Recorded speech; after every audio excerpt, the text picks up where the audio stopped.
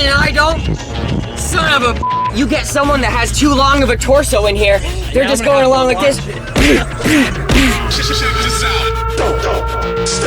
My name is Joshua Brooks. It's 8 ZV518s on 2 NS2s. It's a stretch Suburban, custom made. We basically took 2 Suburbans, cut them in half, welded them together.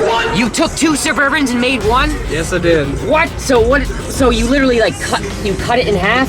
Yeah, I cut 2 of them in half and welded them together, and I wanted a really big demo build. And I want to be able to give everybody a demo at once so there's no lines and we could just demo all day. Me and my dad built it. Yeah, there was a big difficulty, the drive shaft. The 2-piece drive shaft to angle out right without any vibration was trouble. It does eat transmissions, so we built a better transmission in it. Yeah, let me back up. This is 2 Suburbans squeezed together. I've never seen someone cut a vehicle in half. I'm still trying to wrap my head around how you did that. 22 feet long. I love seeing how you can ride with what? This is your 3rd row seating back there. 1, 2, 3, 4, 5, 6, 7, 8. 8 18s. Damn.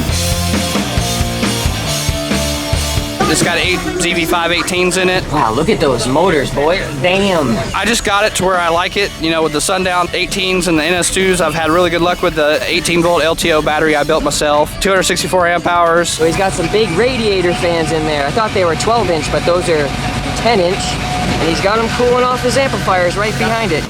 But I'm going to build the doors a little better with more vocals so you can hear it when I'm playing the bass. The doors like to really rip apart. The friggin' door's jamming up. That is floppy. I'm rebuilding the back doors with more steel and more wood just to contain it all. Just got 4/8 in the front doors, running off the head unit power for now. As soon as I can stop breaking doors. Everything's breaking? Everything's breaking. You're going to break any fancy fiberglass, so there's no point in trying to make something this crazy and vibrative. You're just going to end up breaking it in the long run. You know? It is a 4th order. It's tuned 28 hertz on the sealed side and about 60 hertz on the ported side. So I heard you. I kind of just walked over from this way. Can we get a little listen to this thing, dude? Yeah.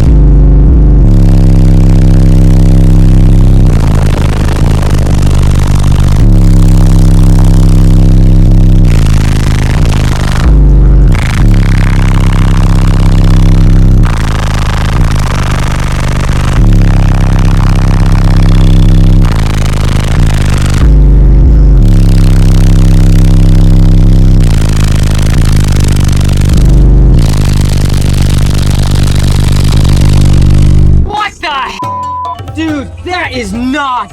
Dude, your whole... Is this rebar? It's rebar. It goes all the way to the back, but it broke halfway in the middle. Yeah, you get someone that has too long of a torso in here.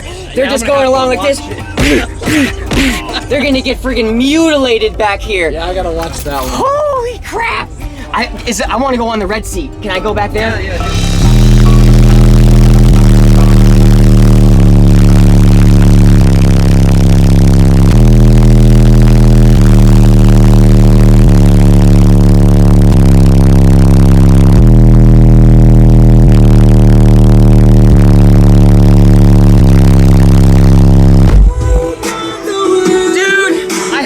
Perry singing for too long, so I paused my camera. Next thing you know, I'm like... Yeah, I didn't know where that song began or ended. No, damn it, I should have kept rolling because that actually surprised me a little bit. You missed it. Damn. We got some warmth creating over here. Hey, that sub right there is still being broke in because I accidentally launched one. So you're going to be smelling it for a while. Yeah, we've all been there. One more time real quick. Holy crap.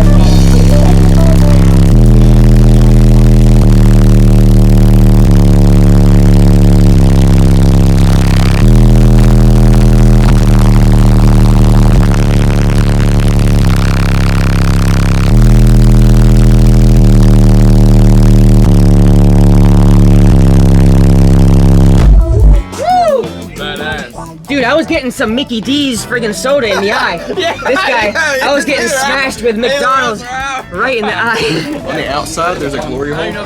Oh God. You're gonna have to get out that door. I have to get out this side. You'll see it. This thing was. Hair streaks through it. Get the. There we go. Sorry, I don't mean to lock you in there. It's all good.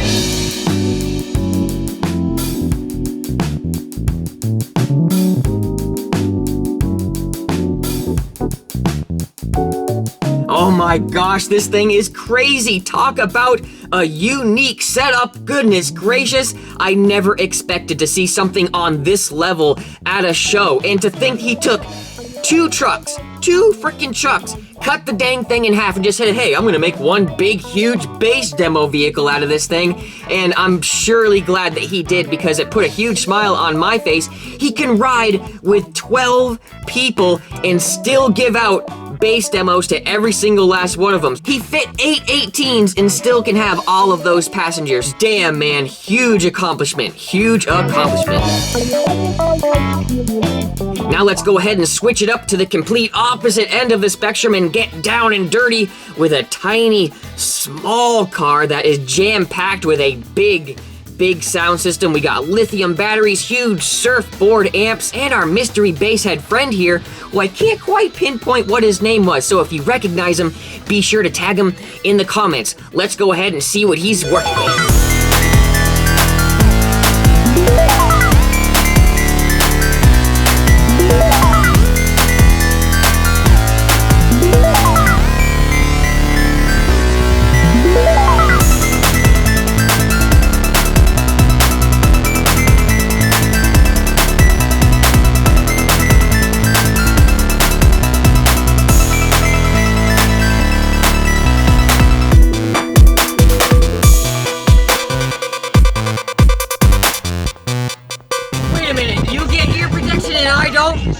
Son of a. I promised my dad to use this. This can't be good, guys.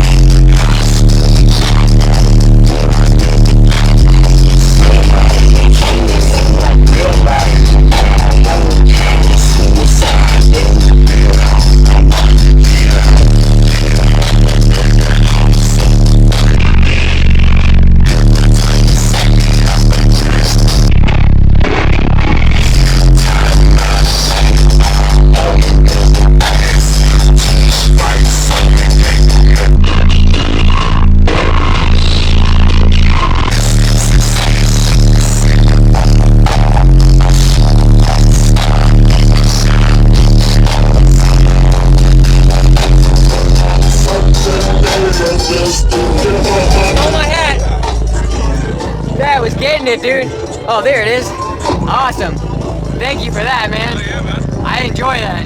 And there we go, a nice short and sweet bass demo. I wish it could have been just a little bit longer, but it's not really my place to force people to give me longer bass demos, so I take what I can get. I know that it really helps me get a better perspective on what's possible when you go from system to system and you see, oh, 415's driver side port, it sounds like this. 218's center port, it sounds like that. You can actually gain a little bit more volume if you have your port as far away from the metering location as possible. So that's why you see a lot of people doing driver side ports, and with the center port, it gives a nice even experience for both the driver and the passenger, and not one side is louder than the other. Well, in the perfect world.